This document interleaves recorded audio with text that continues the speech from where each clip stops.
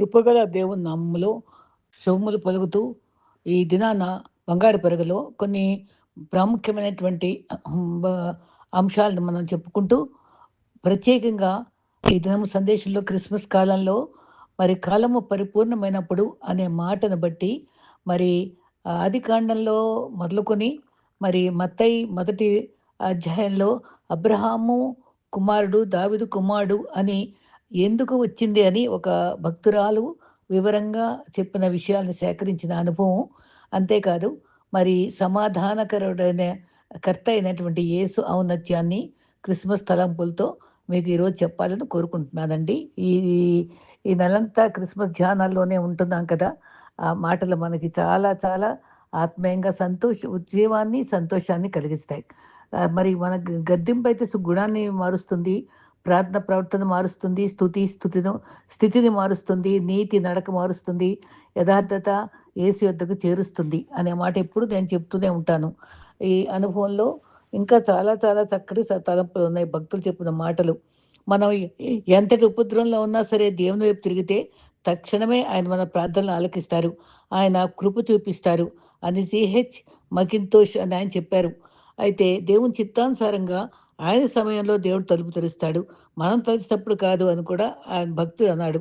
మీరు సర్వశక్తిమంతుడైన దేవుని నీడలో ఉన్నప్పుడు ఎంతటి లోయలో వెళ్తున్నా చీకటి దరి చేరదు. ఏ భారం కూడా భరించలేనంత భారంగా ఉండదు. ఆస్వాల్డ్ చాంబర్స్ అన్నారు. మరి మీరు ఎదుర్కొంటున్న ప్రతి పరీక్షలోనూ అది చిన్నదైనా, పెద్దదైనా సరే దేవుని చిత్తం కనుక్కోవడానికే ప్రయత్నించాలి. దేవుడు మీతో ఉన్నప్పుడు తుఫాను గద్దించినా గానీ అది మిమ్మల్ని ఎప్పటికీ ముంచదు. చార్లెస్ స్పర్జన్ అన్నారు.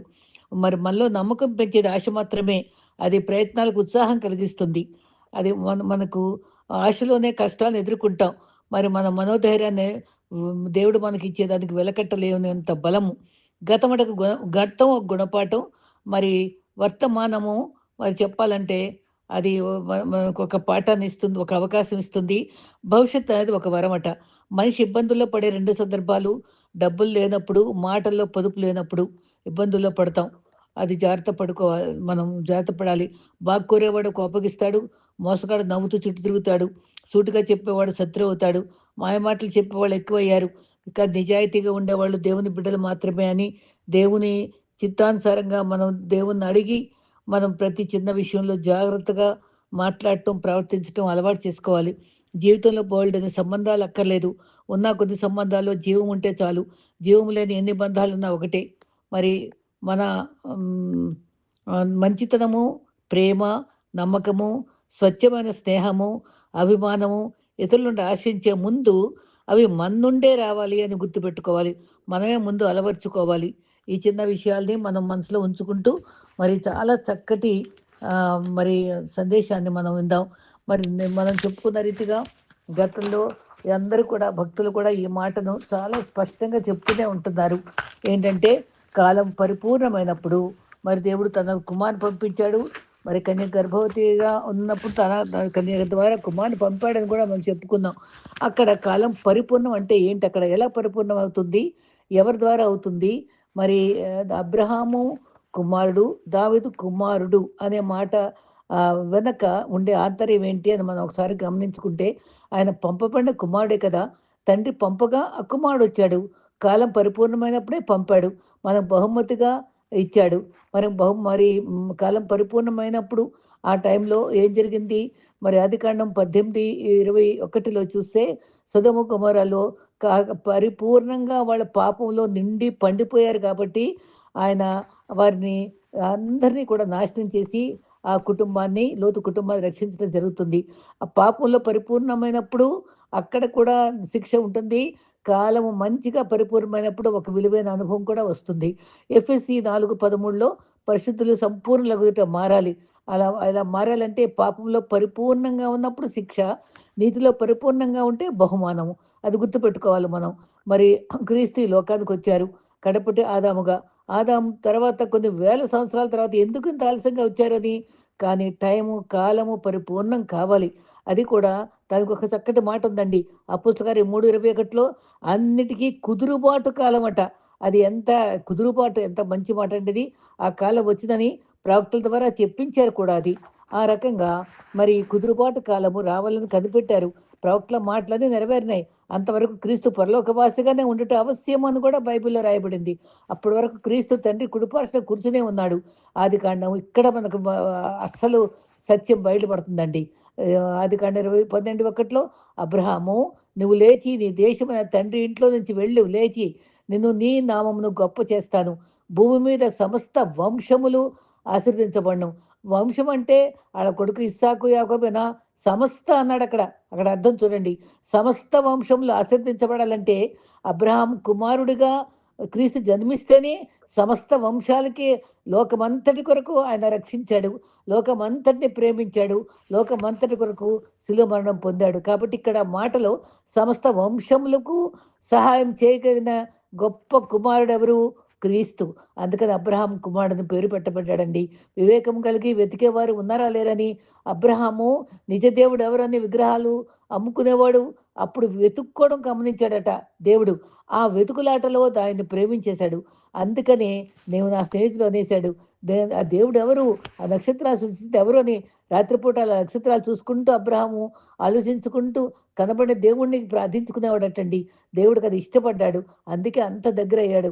12:7 నీ సంతానము ఈ ఇశ్రాయేలీయుల మరి కనాను అది అంతవరకు పరిమితం కావాలి కానీ, ఈ సంతానము దేశం ఇదంతా కూడా ఆశీర్వదించబడుతుందని చెప్పిన మాట నెరవేరింది. ఆదికాండం 22:18 మరియు నీవు నా మాట విన్నావు కాబట్టి నీ సంతానము, సంతానములు కాదు, వలన ఈ భూమి లోకములో అన్ని జనములన్నీ ఆశీర్వదించబడును. ఆ సంతానము ఎవరు? మరి కన్యక ద్వారా పుట్టిన సంతానము సైతాను తాను చితగ్గొడద్దన్నప్పుడు మరియ ఎలాగొచ్చిందో, ఇక్కడ కూడా నీ సంతానం అన్నప్పుడు అది క్రీస్తుకి వర్తిస్తుంది. అది మనం గుర్తుపెట్టుకుందాం. గల్తీ 3:16 అబ్రహాము అతని సంతానమునకు వాగ్దానం చేయబడింది. అయితే మరి ఆ సంతానం అయితే క్రీస్తు. సంతానం అనే క్రీస్తు కొరకైనటువంటి ప్రత్యేకమైన ప్రవచనం అయ్యుంది. ఈ రకంగా మరి నా కుమారుడైన క్రీస్తు నీ గర్భం నుండి వస్తాడని అర్థం అన్నమాట అక్కడ. మరి అబ్రహాం దేవుడు మన మనసులు ఒక్కటే. అందుకే మనం స్నేహితులమయ్యామని వాళ్ళు అనుకుంటారు. విశ్వాసులకు తండ్రి అబ్రహాం అయితే విశ్వాసంలో కర్త క్రీస్తు. అది ఆ కదయిక. ఆయన క్రీస్తుని నమ్మి రక్షణ పొందిన వారే ఆశీర్వదించబడతారు. కాలం పరిపూర్ణమగుట అబ్రహాం చేసిన వాగ్దానము క్రీస్తు వచ్చినప్పుడే వాగ్దానం పరిపూర్ణమైంది కాబట్టి, ఆ రకంగా అబ్రహాము కుమారుడుగా క్రీస్తు జన్మించాడని, అబ్రహాం కుమారుడని మత్తయి 1లో ఫస్ట్ మాట అబ్రహాంకి అంత ఆధిక్యత ఇచ్చాడండి. అది కాలం పరిపూర్ణమైనప్పుడు అబ్రహాం కుమారుడా క్రీస్తు జన్మించాడు. అంతేకాదు ఇంకొక ఆయన కూడా ఉన్నాడు. ఎవరు? దావీదు గారు. దావీదు గారు కూడా అక్కడ కూడా ఆయన ఇష్టానుసారుడుగా ఉన్నాడు. అక్కడేమో స్నేహితుడిగా ఉన్నాడు. ఇక్కడేమో ఇష్టానుసారుడిగా దావీదు ఉన్నాడు కాబట్టి తన సంతానంలో నుంచే క్రీస్తు రప్పించారండి దేవుడు. అప్పుడే నేను గతంలో కూడా చెప్పాను. 2 సమూయేలు 7, 12, 13, 14లో దినవృత్తాంతకాండంలో కూడా అదే మాట ఉంది. నేను అతనికి తండ్రినై ఉంటాను. అతను నాకు కుమారుడై ఉంటాడు. మరి సొలొమోను కొడుకైతే అయ్యాడు గానీ, దావీదు తర్వాత రాజు మొదలు సొలొ సమూయేలు వరకు దావీదుకే ఒక గోత్రం ఉంటుంది. శాశ్వత రాజు. ఆయనకు శాశ్వతంగా ఆయన నిత్యము పరిపాలిస్తాడు. ఆ మాట ఎవరికి వర్తిస్తుంది? క్రీస్తుకే వర్తిస్తుంది. హెబ్రీ 1:5లో ఎలయనగా నేను నేను నిన్ను కుమారుని కందును. అతని కుమారుని గురించి క్రీస్తు గురించి చెప్పబడిందక్కడ. మరి నేను తండ్రినై ఉంటాను. అతను కుమారుడై ఉంటాడని. ఆ కుమారుడై ఉండు అనే మాట క్రీస్తు గురించేనండి. రాజుల మధ్యలో వస్తారు. వారి కష్టాలు చూడాలి. వాళ్ళ చేంజెస్ అన్నీ గమనించాలి. చివరకు అబ్రహాం సంతానంలో నుంచి ఆ కుమారుడే క్రీస్తు గనక, అలాగే దావీదులో నుంచి కూడా ఆ సంతానంలో నుంచే రాజులు వస్తారు గనక, ఎన్నో రాజులు, ఎంతోమంది ప్రవక్తలు, న్యాయాధిపతులు దాటిపోతారు. చివరికి కాలం పరిపూర్ణమైనప్పుడు సరైన పద్ధతిలో సమయాల్లో క్రీస్తుని మరి ఘనపరిచాడు. విశ్వాసం గలవారు మాత్రమే కానాను చేరారు కదా ఇద్దరు. మరి దావీదు మరి మధ్యలో మరి దావీదు, షాలోము రాజు, న్యాయాధిపతులు అందరూ పోయారు. కానీ దావీదు ఇద్దరే కదా వాగ్దాన దేశం చేరారు. చివరికి అక్కడ గమనించుకుంటే ఆయనకి ఇష్టమైనోళ్ళే చేరతారు. కన్యక మరియ జన్మించేంత వరకు కాలం పరిపూర్ణం అవ్వాలి కాబట్టి, ఇర్మియా కూడా ఏమంటాడు? యెషయా మొదలు చిగురు కావాలంటాడు. దానియేలేమో 4 సామ్రాజ్యాలు అయిపోవాలి అప్పుడు క్రీస్తు వస్తాడంటారు. దానియేలు దగ్గర కూడా ప్రవచనం ఉందండి. మలాకి కూడా ప్రవచించాడు నీతి సూర్యుడు ఉదయిస్తాడని. మరి తర్వాత మీకా కూడా అన్నాడు కదా, బెత్లెహేములో క్రీస్తు పుడతాడని చక్కగా చెప్పాడు. ఆయన ఇమ్మానుయేలని కూడా మరి యెషయా చెప్పాడు. ఇవన్నీ కూడా కాలం పరిపూర్ణమవ్వడం గురించి జరుగుతుంది. ఈ రకంగా మరి దేవుని యొక్క కృపలో ఎంత స్పష్టంగా మరి మన మన పుట్టుకు కూడా ఒక ప్రణాళిక ఉందండి. మన క్రీస్తు రాకే ఒక అద్భుతం. ఆ క్రీస్తు త్యాగము మరి మొదటి నుంచి కూడా ఆయన రక్షకునిగా ఎవరు హృదయంలో స్వీకరిస్తారో వాళ్ళకి నిత్య జీవం ఉండి పరలోక రాజ్యం ప్రవేశించేటువంటి అర్హత పొందగలం. దావీదు కుమారుడా అని కరుణించన్నారు. ఎందుకంటే ఈ అనుభవాన్ని బట్టే మరి దావీదు మరి అబ్రహాము ఎంత ధన్యులండి. మనం మన ఏడ ఆయన తలంపులు ఎంతో విస్తారాలు. అబ్రహాము, దావీదు ప్రవక్తల మాటలు అన్నీ కూడా నెరవేరే కాలంలో కాలం పరిపూర్ణమైనప్పుడు కుమారుని పంపించారండి. మత్తయి 1:1 ఈ ఇద్దరు వంశావళిలో ఉన్న అపూర్వమైన రహస్యం ఇదే. అది ఆయన చక్కపరిచి, స్థిరపరిచి, సిద్ధపరిచి క్రీస్తుని పంపారు. మనం ఆయన స్వీకరించి దేవుని యొక్క అనుగ్రహాన్ని పొంది ఆయన వారసులు అవ్వడానికి మనం ఇష్టపడతాం. క్రీస్తు ప్రేమ మార్పు లేదండి. మరి మన కపటం లేని స్వభావంతో మరి మనం మంచి హృదయంతో ఒకరినొకరు ప్రేమించుకునే మంచి ప్రేమను క్రిస్మస్ కాలంలో చూపించవలసి ఉన్నాము. మరి అందరికీ సువార్తలంటే అందరికీ తెలుసు. కానీ ఒకటో అధ్యాయాలు అన్నిట్లో కూడా క్రిస్మస్ వివరాలు ఉన్నాయి. క్రీస్తు మరి చరిత్రలో మనం గమనిస్తే దేవుని యొక్క ఎంపిక ఎంతో ఆశ్చర్యం. ఒక్కొక్కళ్ళని ఎంత దీనులను మరి అర్హత లేని వారిని ఆయన ఎన్నుకున్నాడు కదా!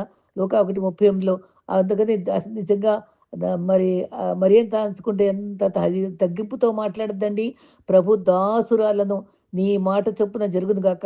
ఎవ్వరిని సంప్రదించలా. బహుధైర్యంగా ఆ బిడ్డ క్రీస్తుని నమ్మి క్రీస్తు నా దగ్గర పుడతాడని తను ఆధిక్యతగా గ్రంథంగా ఎంచుకొని నన్ను ధన్యురాలని యాక్సెప్ట్ చేసుకుంది. ఆయన మనసులో తగ్గించుకునే మనసుంది. ఎలిజబెత్ దగ్గరికెళ్ళినప్పుడు మాటల్లో కూడా మరి లూకా 1:47లో దాసురాలను, దీనురాలని దేవుడు కటాక్షించాడు అని కూడా చక్కగా ఒప్పుకుంది. ఆశీర్వాదకరంగా అభిషేకంగానే మనలో గర్వం పెంచకూడదు. నాశనంకు ముందు గర్వం వస్తది. విధేయత లేని చోట సైతాన్ పనిచేస్తది. క్రీస్తుని సందర్శించిన జ్ఞానులు వెళ్ళిన తర్వాత మరి లూకా 13 చదువుకుంటే మన ఇంట్లో మరి బంధువులొస్తే ఎంతో ఆనందం కలుగుద్ది. ఈ ఒక భక్తుడు ప్రత్యేకంగా మరి ఉట్టి ఆనందమే కాదు గానీ, క్రిస్మస్ తర్వాత వచ్చే విషాదం కూడా కొన్ని సంఘటనలు చోటు చేసుకున్నాయి. అది కూడా చెప్పుకుందాం. మరి యోసేపు క్రీస్తుని చూసినకు మరి మరియా క్రీస్తుని మరి అందరూ చూడటానికి అందరూ వచ్చినప్పుడు ఎంతో ఆనందపడిపోయారు గానీ, తర్వాత క్రిస్మస్‌లో వెనక విచారం కూడా దాగుందండి. ఎందుకంటే దుఃఖపు వాతావరణం నెలకొంది. హేరోదు కపటంతోటి ఆ మరణం ప్రవేశపెట్టాడు. 2 సంవత్సరాల లోపు బిడ్డల్ని మరణించేలాగా చేశాడు. ఈ క్రీస్తుని చంపాలంటే అంతమంది బిడ్డలు చనిపోవాలండి. అంతమంది కుటుంబాల్లో శోకమండి. మరి అందుకనే క్రిస్మస్ ప్రజలందరికీ సంతోషకరమైన వర్తమానం అనగానే విచారంలో కన్నీరు కూడా దాగిన అనుభవాలు ఉన్నాయని తెలుసుకుందాం. మరి హేరోదు శిశువుని చంపదలిచాడు. అకస్మాత్తుగా వచ్చిన సంక్షోభము మరియా యోసేపులు గ్రహించలేకపోయారు. అకస్మాత్తుగా విపత్తొచ్చింది. తర్వాత ఐగుప్తుకు పారిపోమని చెప్పారు. పాపం బిడ్డ పుట్టాక అంత భారంతో వాళ్ళు నజరేతుకెళ్ళి ఆ చుట్టాలందరూ చూపించుకోవాలి కదండీ సొంతోళ్ళకి. ఎంత ఆనందపడాల్సిన సమయంలో వాళ్ళు ఎంత దుఃఖంతో వారు వారి అబ్రహాము సంతానంతో దావీదు సంతానంతో పుట్టినటువంటి గొప్ప క్రీస్తు యొక్క జన్మంలో వాళ్ళు దుఃఖపడిన అనుభవాలు ఎంత విచారం కలిగించి ఐగుప్తులో వాళ్ళు ఉండిపోవడం జరుగుద్ది. వారి భయంతో ఉండిపోయారు అక్కడ. సంక్షోభం జరిగింది అక్కడ. మరి యెషయా మన కుమారుడు అన్నాడు. దైవ సంబంధమైన పదం అది. వాళ్ళు ఏదైనా కష్టం తల్లిదండ్రులే కదా ఆదుకోవాలి. కానీ ఇక్కడ ఒక సత్యం గమనిస్తాం. క్రీస్తు కూడా మానవుడే కాబట్టి తనకు తల్లిదండ్రుల అండ కావాల్సొచ్చింది. తల్లిదండ్రుల భద్రత కావాల్సొచ్చింది. వాళ్ళు రక్షించుకున్నారు కుమారుణ్ణి. ఎంత బాదుకున్నారండి. అప్పుడు రాత్రి రాత్రి ప్రయాణం చేయాల్సొచ్చింది. తల్లిదండ్రుల మీద ఆధారపడటం అది కూడా దేవుడు చూపించాడు. మరి అద్భుతాలు జరగలే అక్కడ. కామ్‌గా తను మానవుడుగా, సామాన్యుడిగానే బ్రతికాడు. 33.5 సంవత్సరాల్లో 30 సంవత్సరాలు తల్లిదండ్రులకు ఒడ్రంగి పని చేసుకుంటూ, పనిలో సహాయపడుతూ ఎంత విధేయత గడిపిన క్రీస్తుని ఆలోచించుకోవచ్చు మనం. యెషయా 53:3లో తృణీకరింపబడినవాడిగా, వ్యసనాక్రాంతుడిగా మరి ఆయన ఉన్నాడు. ఎంతోమంది అంటారు ఇంత దేవునికి ఇలా జరగకూడదా, ఇలా జరగకూడదని. కానీ అదంతా దేవుని చిత్తమే. ప్రకటనలో ఘట సర్పంలో స్త్రీ శిశువుని మింగాలని చూస్తే ఆ శిశువు కూడా దాచబడింది. క్రీస్తు కూడా ఇక్కడ కాపాడబడ్డాడు. సంఘం కూడా అంత్యకాలంలో దాచబడి క్రీస్తు భద్రతలో మనం ఉంటుందని గుర్తుపెట్టుకోవాలి. క్రీస్తు కూడా దాచబడ్డాడు. బాల్యంలో చంపదలిచారు. తనకు తానే ఇష్టంగా మరణం ఎదుర్కొన్నాడు. యోహాను 10:18లో నా అంతట నేనే నా ప్రాణం పెడుతున్నా అన్నాడు. క్రీస్తు జన్మించింది మొదలుకు మరణ ఛాయలు వెంటబడుతూనే ఉన్నాయి. మనమంతా దేవుని చేత కూడా మనం కాపాడబడుతున్నాం. దూతల చేత సంరక్షించబడుతున్నాం. కృపాక్షేమాలని 2 దూతలు మనకెప్పుడు కూడా తోడుగా ఉండి ఆపదల్లో సహాయపడుతూనే ఉన్నారు. మనం మరి దూత కావలిండి రక్షిస్తుందని చెప్పుకుంటున్నాం. మరి ఇక్కడ కూడా క్రీస్తుకు కూడా భద్రత దేవుడిచ్చాడు. తల్లిదండ్రులు రక్షించారు. కాలం సంపూర్ణమైనంత వరకు క్రీస్తు కాపుదలుంది. మత్తయి 2:13లో రాత్రి వేళ ఐగుప్తుకు హేరోదు మరణం వరకు అక్కడ ఉండెను. అబ్రాహాము మరి అక్కడ ఆ దూరం 80 మైళ్ళట. అక్కడుండి అక్కడ సొంతోళ్ళని చూడకుండా ఒంటరి గడుపుకున్నారు. మరి క్రీస్తు బాల్యంలో శరణార్థిగానే గడిపాడు. మరి సొంత బంధువులకు దూరంగా గడిపాడు. అక్కడ యెహోషియా 11లో కూడా చెప్పాడు. ఐగుప్తు నుండి నా కుమారుని పిలిచెదను. ఇది నూతన నిబంధనలో చరిత్ర. ఇక్కడ ఇశ్రాయేలీయుల్ని పిలిచాడు అక్కడ. ఇక్కడేమో మ ద ఐగుప్తు నుండి నా కుమారుని పిలిచేద్దాం అని కూడా నెరవేరటం జరుగుతుంది. అయితే నా కుమారుడు అని పలకబడింది. ఆ నా కుమారుడు అంటే తండ్రి తన కుమారుడిని, క్రీస్తుని నా కుమారుడు అని ప్రశ్నాత్మకంగా చెప్పిన మాట అండి అది. అక్కడ మత్తయి 8:20లో మనిషి కుమారుడు తలదాచుకునే స్థలము లేదు అన్నాడు. క్రీస్తు పరలోకానికి దూరమై దిగి వచ్చాడు. క్రిస్మసు అక్కడ క్రిస్మస్‌లో ఆ పరలోకం దూరం చేసుకున్నాడు. మనకు దగ్గరయ్యాడు. అవునా? ఆ తర్వాత ఇంకొకటి విషాదం ఏంటంటే మరి జ్ఞానులు హేరోదేమో జ్ఞానులు హేరోదు దగ్గరికెళ్ళి అన్ని విషయాలు చెప్పలేదు కదా! అందుకని వాళ్ళు ఇన్సల్ట్ చేశాడని వాళ్ళ మీద చాలా కోపం పెట్టుకొని మరి చాలా కోపోద్రేకంతో ఉండిపోతాడు హేరోదు. 2 సంవత్సరాల బిడ్డలనందరూ ఆ సమీపంలో ఉండే వాళ్ళందరిని చంపేశాడు. ఎంత క్రూరుడంటే చరిత్ర ఎంత భయంకరంగా చెప్పిందంటే జోసిఫీస్ అని ఆయన రాసారట. ఆయన సొంత బిడ్డలు కూడా వచ్చి వ వ సరిగ్గా చూడరేమోనని ముగ్గురు కొడుకుల్ని చంపేశాడట. సన్‌హెడ్రిన్ సభలో ఉండే వాళ్ళందరిని 300 మంది చంపేశాడట. వ్యతిరేకిస్తారేమోనని. ఆ బిడ్డలు చంపుకున్నాడట. అంత స్వార్థపరుడుగా ఉన్నాడు. అంత క్రూరుడు కాబట్టే అంతమంది గృహాల్లో ఏడిపిచ్చాడండి. సకల ప్రాంతంలో ఉండే 2 సంవత్సరాల పిల్లలు అన్యాయంగా బలైపోయారు. కోల్పోయారు. రామాలో అంగలార్పు వినిపించి దీనికి కూడా ఒక చక్కటి ప్రవచనాత్మకమైన ఆలోచన ఉందండి. ఈ భక్తులు ఎంత చక్కగా చెప్పారంటే ఆ వాక్యం నెరవేరింది. రామాలో అంగనార్పు అంటే మరి రాహేలు ఓదార్పు పొందలేదు అంటే, ఈ పిల్లలందరూ చనిపోయినప్పుడు ఆ ప్రాంతంలో రాహేలు చనిపోయిన ఆ ప్రాంతంలో అది అక్కడ రామ అనే నగరం వీళ్ళు ప్రయాణంలో ఉండే దారిలో ఉంటుందంటండి. అదే మత్తయి 2:17లో అక్కడ వాక్యం నెరవేరింది. ఇక్కడ ఇర్మియా 31:15లో అదే మాట ఉందండి. రామాలో అంగలార్పు మరి రాహేలు ఆదరణ పొందలేకుంది అనే మాట. రాహేలు యాకోబు రెండో భార్య గదా! బెత్లెహేము నుంచి బాబులోనికి వెళ్ళేటప్పుడు దారిలో రామ ప్రాంతం ఉందటండి. అక్కడ రాహేలు యొక్క సమాధి కూడా ఉంది. అక్కడ అక్కడ ఆవిడ ఓర్పు పొందలేదు. నా ప్రజలు అంటే ఇప్పుడు ఇశ్రాయేల్ తల్లిగా ఉంది గదండీ! ఇప్పుడు ఇద్దరు తల్లులు గదా! ఇశ్రాయేల్ అందరికిని. మరి తన తల్లిగా ఇశ్రాయేలీయులు బాధపడుతుంటే తనకే బాధ గదా! ప్రాంతంలో రామ ప్రాంతంలో రాహేలు మరణించిన ప్రాంతంలో ఈ జరిగినటువంటి సంఘటన బట్టి ఆవిడ దుఃఖపడిందని ప్రవచనాత్మకంగా చెప్పారు. అందుకనే 2 మాటలు జరిగినాయి. రామ ప్రాంతంలో నుండ పోయినప్పుడు అక్కడ అనుభవాలు ఉన్నప్పుడు ఆ రాహేలు మరణించిన ప్రాంతంలో ఆవిడ దుఃఖపడింది అనే ఒకవేళ ఆత్మీయలో దుఃఖపడిందేమో అది చెప్పబడిందండి. ఆదికాండం 35లో ఎఫ్రాతా వద్ద రాహేలు మరణించింది. 35 ఆదికాండంలో. అక్కడ మరణించిన సమయంలో బెన్యామీను పుట్టాడు. అతనికి బెనోని అని బెన్యామీను పేరు పెట్టుకున్నారు. ఇశ్రాయేలు తల్లిని రాహేల్ అనొచ్చు. మరి ఇర్మియా కూడా మరి రాహేలు సమాధి ఉంది గనుక పిల్లల విషయం ఓదార్పు పొందలేదని ఆ మాట చెప్పారు. ఓదార్పు పొందలేదు. దుఃఖంతో ఆదరించేవాడు దేవుడు మనకి. మనకి మత్తయి 5లో ఏమన్నాడండి? దుఃఖపడేవారు ధన్యులన్నారు. 2 కొరింథీ 1:3లో కనికరము చూపు తండ్రి సమస్త ఆదరణ అనుగ్రహించేవాడు దేవుడు. క్రిస్మస్ మనకి ఆదరణ కూడా ఇస్తుంది. మరి కీర్తన 35లో ఆయన కోపం నిమిషమాత్రముండును. ఆయన కృప ఆయుష్కాలముండును. రోమా 12:15లో సంతోషించే వారితో సంతోషించాలి. దుఃఖపడే వారితో మనం దుఃఖపడేవారిగా ఉండాలి. మరి ఆహ్, ద ద దేవుని చిత్తంలో మనం ఒక్కొక్కసారి మరి క్రిస్మస్ తలంపులతో సొంత చిత్తాన్ని వదులుకొని దైవ చిత్తం ఎరిగేవారిగా ఉండాలని కూడా మనం జ్ఞాపకం తెచ్చుకుంటున్నాం.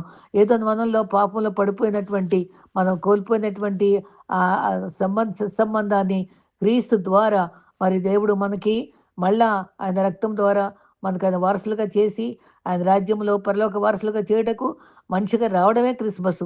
ఆయన ఆరాధించట్లోనే కాదు, మన హృదయంలో ఆయన జన్మించాలి.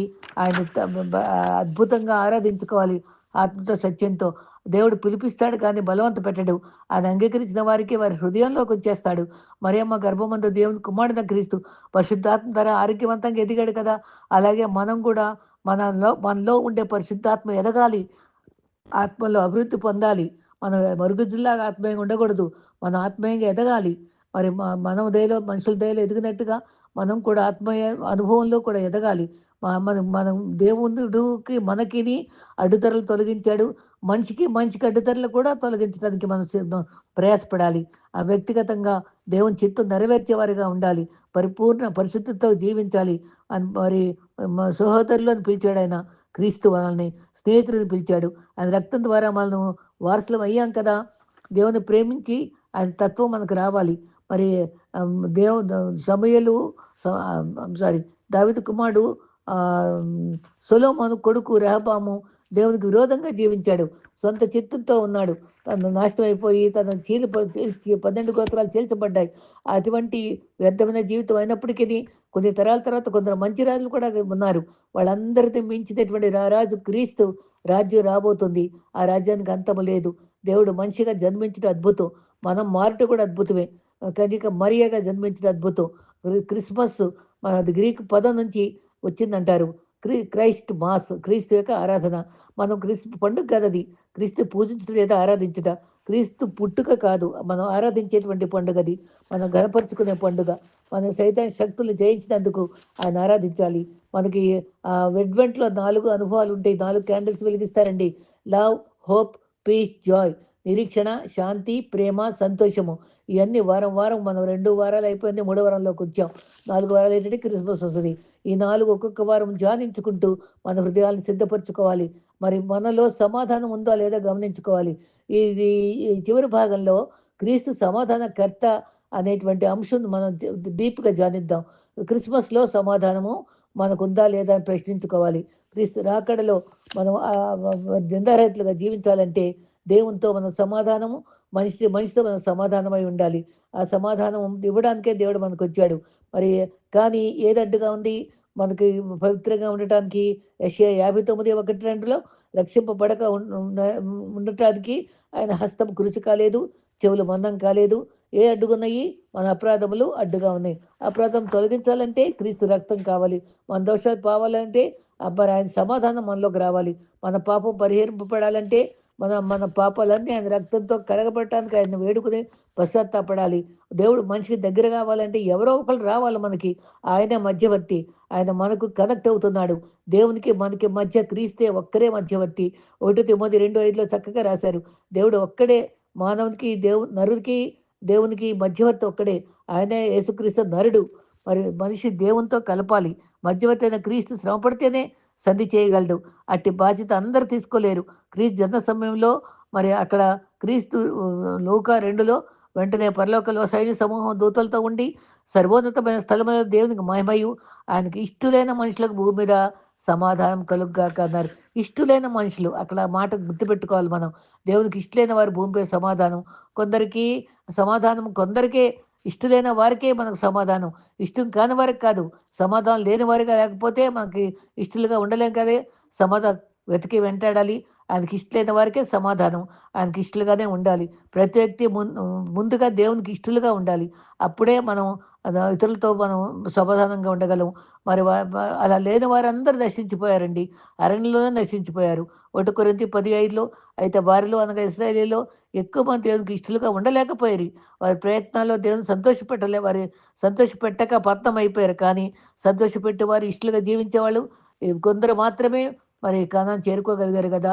మరి దేవుడు ఎప్పుడు త్వరపడ్డు. ఆయనకు దీర్ఘశాంతం అని పేరు. ఆయనకు ఆలోచనకర్త. మరి తక్కువ మనకైతే ఆలోచనలు ఎక్కువ, ఆవేశం ఎక్కువ.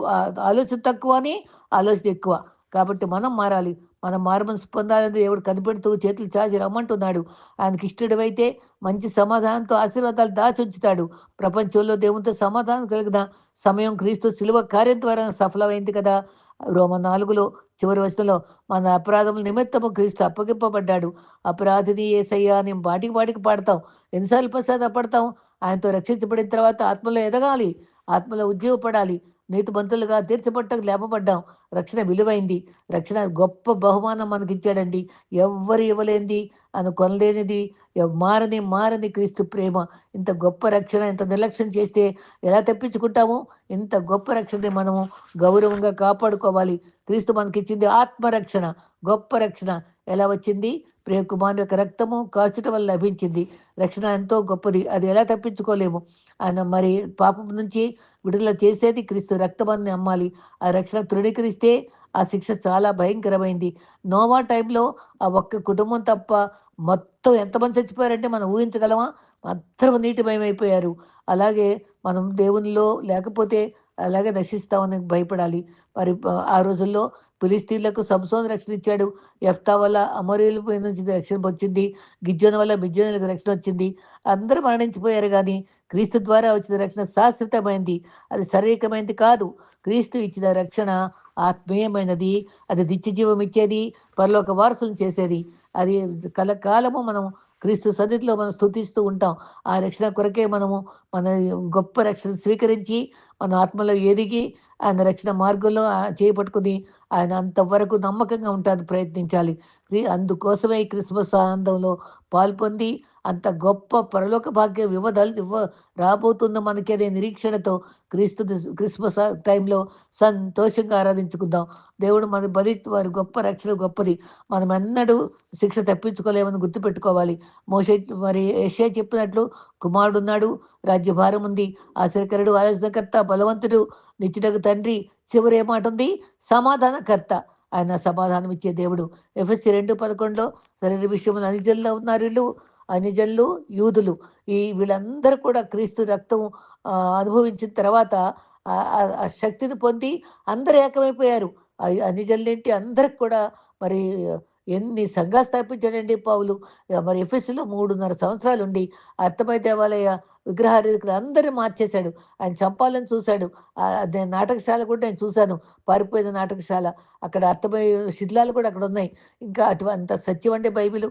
ఇన్ని రకాలుగా అన్ని సంఘాలు స్థాపించినటువంటి పౌలు నిజంగా అభినందనీయుడు. అనేక యూదులు యూదులకు ధర్మశాస్త్రం ఆయన ధర్మశాస్త్రం కొట్టివేటకు రాదు గానీ స్థిరపరచుటకును, పాపమేంటో చూపించడానికి, క్రీస్తు రక్తమేమో ఆ పాపాన్ని పరిహరించడానికి మనకి ఇన్ని రకాల అనుభవాలు దేవుడు బైబిల్ ద్వారా మనకు అనుగ్రహించాడు. మునుపు దూరస్థులమయ్యాము, కానీ సమాధానం కలిగించి మధ్య గోడను పడగొట్టి సంధి చేసి మనకు నిత్య జీవాన్ని ప్రభు మనకు అందుబాటులో ఉన్నాడు. మనలో ఉండే పగ, ద్వేషం అంతా కూడా తొలగించేసి సమాధానం కలిగించాడు. క్రిస్మస్ అంటే సమాధానము. క్రీస్తు రాక పరమార్థము. ఆయన సమాధానకర్తని, అధిపతిని మనం ఆశ్రయించడమే. మనుషుల మధ్య సమాధానం ఇస్తున్నాడు. దేవునితో సమాధానం ఇస్తున్నాడు. ఇష్టమైన వారికి సమాధానం ఇస్తున్నాడు. ఆ సమాధానము ఉండేవాళ్ళే ధన్యులు. దేవుని కుమారులుగా ఉంటారు. యేసు ఉంటే సమాధానం ఉంది. కుటుంబాల్లో ఐక్యత, సమాధానం ఉంటుంది. అట్టి సమాధానముతో క్రీస్తుని వెంబడిస్తూ క్రిస్మస్ ఆనందంలో సమాధానకర్త అయిన క్రీస్తుని అన్ని అనుభవాల్లో 5 బిరుదులుండి ఆశ్చర్యకరుడైన దేవుని ఆరాధిద్దాం. ఆ ఆశ్చర్యకరుడు ఆలోచనకర్త అయిన దేవుని ఆరాధిద్దాం. నిత్యుడకు తండ్రిని ఆరాధిద్దాం. బలమైన తండ్రిని ఆరాధిద్దాం. సమాధానకర్తయ్యకు దేవుని ఆరాధిస్తూ సంతోషమైన క్రిస్మస్ని మనం ఎదుర్కొందాం. అట్టి కృప మనందరికి ప్రభు అనుగ్రహించుగాక. ఆమేన్.